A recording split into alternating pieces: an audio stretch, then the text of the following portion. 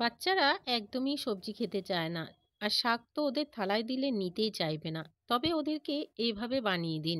এই রেসিপিটি সন্ধ্যেবেলা টিফিনে বানিয়ে দিন, স্কুলের টিফিনে বানিয়ে দিন। দেখুন কিভাবে চেয়ে চেয়ে খাচ্ছে। এতটাই টেস্ট হয় এই রেসিপিটি। সম্পূর্ণ হেলদি আর টেস্টি ভাবে তৈরি করা হয়েছে। নমস্কার বন্ধুরা, নন্দিনী সিম্পল কুকের আরো একটি পর্বে আপনাদের সবাইকে জানাচ্ছি স্বাগত। তাহলে দেরি না করে চলুন দেখে নিই আজকের রেসিপি।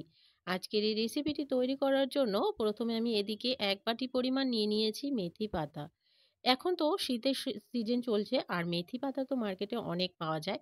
তো এই মেথি পাতা দিয়েই আজকের এই রেসিপিটি আমি তৈরি করব। এবারে মেথি পাতাটাকে ধুয়ে পরিষ্কার করে নিয়ে একটা পাত্রে নিয়ে দিয়ে দিলাম পরিমাণ মতো লবণ। দিয়ে দিলাম ১/২ চামচ পরিমাণ গোলমরিচের গুঁড়ো। আর গোলমরিচের গুঁড়োটা একটু বেশি পরিমাণে দিয়ে দেবেন। দিয়ে দিচ্ছি এখানে সাদা তিল। আমি সাদা তিল এখানে ২ থেকে ৩ চামচ পরিমাণ দিয়ে দিলাম। আর দিয়ে দিচ্ছি ১/২ চামচ পরিমাণ আজওয়াইন। আজওয়াইনটাকে হাতের সাহায্যে একটু ভেঙে দিয়ে দিচ্ছি। এবারে যেহেতু এখানে আমি লবণ ব্যবহার করেছি, প্রথমে একটু মেখে নেব যেন এই শাকটা থেকে খুব ভালোভাবে জলটা বেরিয়ে আসে। এতে করে কি হবে, শাকটাও একটু সফট হয়ে যাবে। এবারে এখানে একটা পাত্রে জল নিয়ে নিয়েছি আর এখানে নিয়ে নিচ্ছি ২ টো আলু। আলুগুলোকে আমি একদমই মিহি করে গ্রেট করে নেব।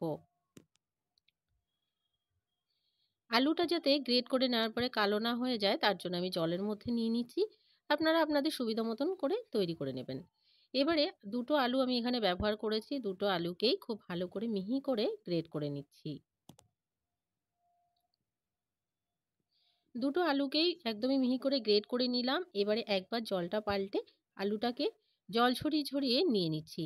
খুব বেশি জল ঝরানোর প্রয়োজন নেই। হালকা একটু জল ঝরিয়ে নিলেই হবে।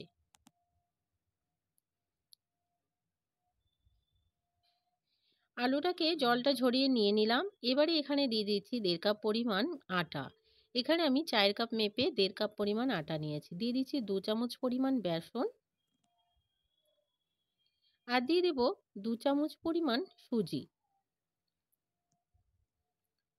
সুজিটা দিলে ভীষণ ক্রিস্পি হবে, বাচ্চারা পছন্দ করবে। এবারে কোনো রকম জল না দিয়ে প্রথমে হাতের সাহায্যে একটু মেখে নিতে হবে। প্রথমে কিন্তু জল দেওয়া যাবে না। এবারে বাকি যে একটু কাটা ছিল সেটাও আমি দিয়ে দিচ্ছি। জল না দিয়েই প্রথমে মেখে নিতে হবে। যেহেতু এই ডোটা কিন্তু একটু টাইট হবে। তো জলটা যদি খুব বেশি হয়ে যায় তাহলে রেসিপিটি একদমই ভালো হবে না। তো প্রথমে আমি অল্প অল্প পরিমাণে জল দিয়ে ডোটাকে তৈরি করে নিচ্ছি। এই রেসিপিটি ভীষণ হেলদি। এভাবে করে একবার বানিয়ে দেখতে পারেন। যদি যারা আলু খায় না তাদের জন্য কিন্তু আলুটা না দিয়ে গাজরও দিয়ে তৈরি করে নিতে পারেন। এবারে মাখা হয়ে গেল। এবার আমি ওপরে ১ চামচ পরিমাণ তেল দিয়ে খুব ভালো করে মাখিয়ে নিচ্ছি। এবারে হাতটাকে ধুয়ে পরিষ্কার করে নিলাম। হাতে আবারও একটু তেল ব্রাশ করে নেব। হাতে অল্প পরিমাণে তেল ব্রাশ করে নিলাম। তেল ব্রাশ করে নিয়ে এখান থেকে বড় বড় করে ৩টি লেচি কেটে নেব।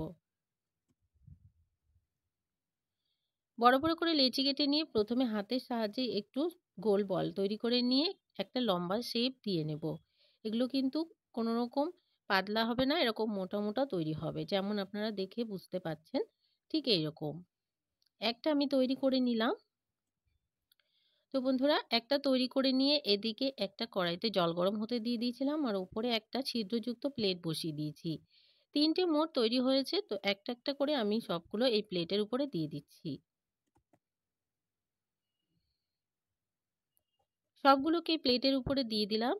এবারে ঢাকা দিয়ে প্রায় ১৫ মিনিটের জন্য ভাপে সেদ্ধ হতে দেব।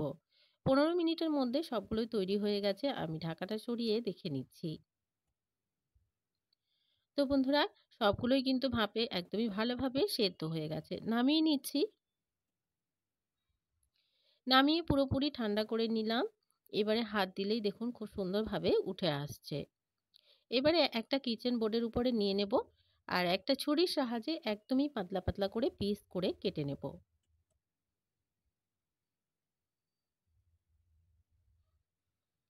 একদমই পাতলা করে পিস করে কেটে নিলাম। আমি একটা দেখিয়ে দিচ্ছি, তো দেখুন কতটা সুন্দর হয়েছে, ঠিক এইরকম ভাবে। এবারে অপর দিকে একটা ফ্রাইং প্যান বসিয়ে দিলাম আর এই ফ্রাইং প্যানে আমি দিয়ে দিচ্ছি ২ চামচ পরিমাণ সাদা তেল। ডুবো তেলে নয়, একদমই সাদা তেলে এগুলোকে কোনোরকম একটু ফ্রাই করে নিতে হবে। তাহলে একটু ক্রিস্পি হবে আর বাচ্চারাও পছন্দ করবে। এবারে সবগুলো দিয়ে দিচ্ছি আর উল্টে পাল্টে দুপাশটাকে একটু গোল্ডেন ব্রাউন করে ক্রিস্পি করে সেঁকে নিচ্ছি।